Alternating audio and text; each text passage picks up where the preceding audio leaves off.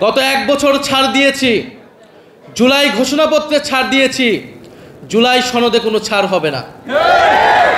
1% ছাড়ও জুলাই সনদে দেওয়া হবে না।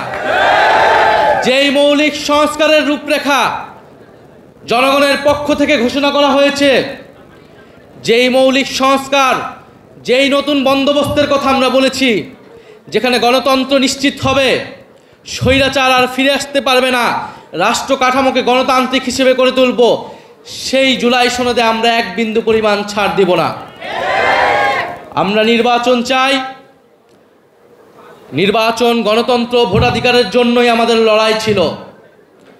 কিন্তু আমরা এর সাথে এও বলেছি, পরিবর্তনের মধ্য দিয়ে বাংলাদেশকে যেতে হবে। গণ অভ্যুত্থানের 1 বছর পার হয়েছে, ফলে অনেক ধরনের হিসাব নিকাশ আমরা করছি যে গণ অভ্যুত্থানের 1 বছরে আমরা কি পেলাম, তরুণরা কি পেল, দেশ কতটুকু পরিবর্তন হলো। কারণ এই হিসাব নিকাশ না করে নিলে আমরা বুঝবো না আমাদের আগামীর দায়িত্বটা কি। গণ অভ্যুত্থানের 1 বছরে আমাদের আকাঙ্ক্ষা পূরণ হয় নাই। যেই নতুন বন্দোবস্তের জন্য আমরা লড়াই করেছিলাম, জীবন দিয়েছিলাম, জীবন দিতে প্রস্তুত ছিলাম, সেই নতুন বন্দোবস্ত, নতুন বাংলাদেশ আমরা পাই নাই। ফলে আমরা সেই সময় থেকে এখন পর্যন্ত বলে এসেছি, এই জন্য আমাদের জুলাই গণ অভ্যুত্থান সমাপ্ত হয় নাই। আমাদের এই লড়াই, তরুণদের এই লড়াই, এই দায়িত্ব সমাপ্ত হয় নাই। আমরা দেখেছি ৭১ পরবর্তী বাংলাদেশে কিভাবে লুটপাট হয়েছে, কিভাবে রক্ষী বাহিনী তৈরি করে গণতন্ত্রকে হত্যা করা হয়েছে, লুটপাট করা হয়েছে, বাকশাল কায়েম করা হয়েছিল। আমরা দেখেছি ৯০-এর গণ অভ্যুত্থানের পরেও যেই প্রতিশ্রুতি জনগণকে দেওয়া হয়েছিল, ছাত্র সমাজকে দেওয়া হয়েছিল, সেই প্রতিশ্রুতি রক্ষা করা হয় নাই। ফলে ২৪-এর গণ অভ্যুত্থানকে ব্যর্থ করে দিতে, ২৪-এর গণ অভ্যুত্থানের প্রজন্মকে প্রতারিত করতে সকল ধরনের আয়োজন সম্পন্ন হয়েছে। কিন্তু আমরা বলতে চাই,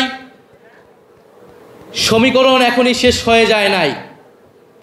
ফলে যারা এখনই সমীকরণ মিলায় ফেলছে, তারা ভুল পথে হাঁটছে।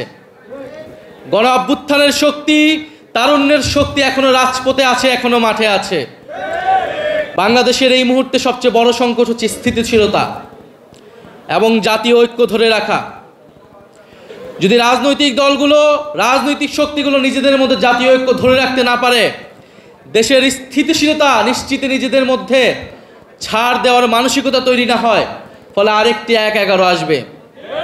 কারণ আমরা ইতিহাসে এটাই দেখেছি। আমরা মনে করি রাজনৈতিক সমস্যার সমাধান রাজনৈতিক দলগুলোকেই বসে করতে হবে এবং সেই সংস্কৃতি বাংলাদেশে কায়েম করতে হবে। যদি রাজনৈতিক দলগুলো ব্যর্থ হয়, লাভবান হবে ডিজিএফআই, লাভবান হবে অরাজনৈতিক শক্তি, লাভবান হবে বিভিন্ন বৈদেশিক শক্তি। আমরা গণ অভ্যুত্থানের ফলে যেই জাতীয় ঐক্যের স্বার্থে, বাংলাদেশের স্থিতিশীলতার স্বার্থে গত 1 বছর ধরে গণ অভ্যুত্থানের শক্তি, বৈষম্য বিরোধী শক্তি, জাতীয় নাগরিক পার্টি বারবার ছাড় দিয়ে গিয়েছে। কিন্তু ছাড় দিতে দিতে আমরা শেষ প্রান্তে এসেছি। আমরা এবার ছাড় দিব না। আমরা এবার আদায় করে নিব যে গণ অভ্যুত্থানের পরে নতুন বাংলাদেশের প্রতিশ্রুতি আমরা দিয়েছি, যে গণতন্ত্র প্রতিষ্ঠার, বৈষম্যহীন বাংলাদেশ প্রতিষ্ঠার প্রতিশ্রুতি দিয়েছি। অন্তর্বর্তী সরকার যেই প্রতিশ্রুতি দিয়ে, যেই শহীদের রক্তের উপর দিয়ে প্রতিষ্ঠিত হয়েছে, সেই প্রতিশ্রুতি আদায় না করে এই সরকার যেতে পারবে না।